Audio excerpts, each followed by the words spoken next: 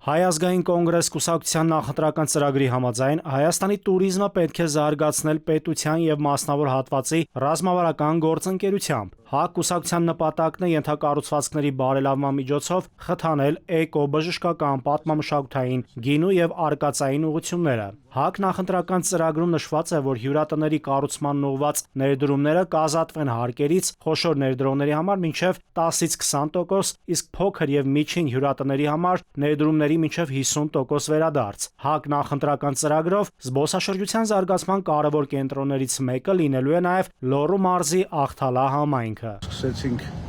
մեր ամբողջ այցը Աղթալայի վանքից, որտեղ ներկա եղանք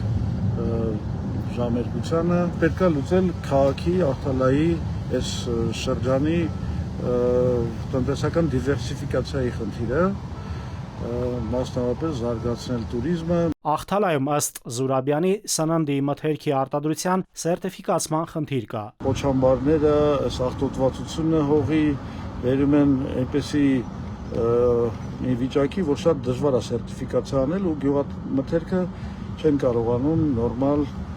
իրացնել տան։ Ես Լևոնն եմ Զուրաբյան, Հայ ազգային կոնգրեսից։ ՀԱԿ-ը խոստանում է բարելավել մայրաքաղաքում տրանսպորտային չվացուցակը, ստեղծել պայմաններ, որպեսզի կանգառներում մեծ հերթեր չգոյանան։ Ընդհանրապես պետք է Երևանի ամբողջ ինֆրաստրուկտուրան փոխել։ ՀԱԿ-ի համար Հայաստան-Իրան երկաթուղու կառուցումը մաս կազմելով հյուսիս-հարավ միջազգային տրանսպորտային միջանցքին հիմք կդնի Հայաստանի տնտեսության թռիչքաձև աճին եւ սոցիալ-տնտեսական զարգացմանը։ Դեզի շատ հարվում են ֆիլացի բաներ ասում եք, սիրում եմ ձեր բանել, ինֆոսակցությունը։ Արևմուտք-արևելք գլոբալ աշխարհաքաղաքական հակամարտության մեջ ըստ ՀԱԿ-ի Հայաստանը չպետք է որևէ կողմ բռնի, այլապես երկիրը կվերածվի գերտերությունների կռվախնձորի եւ կենթարկվի հակառակորդ կողմի կործանարար պատժամիջոցների։ Նաիրի Մուրադյան, ժամը լրատվական։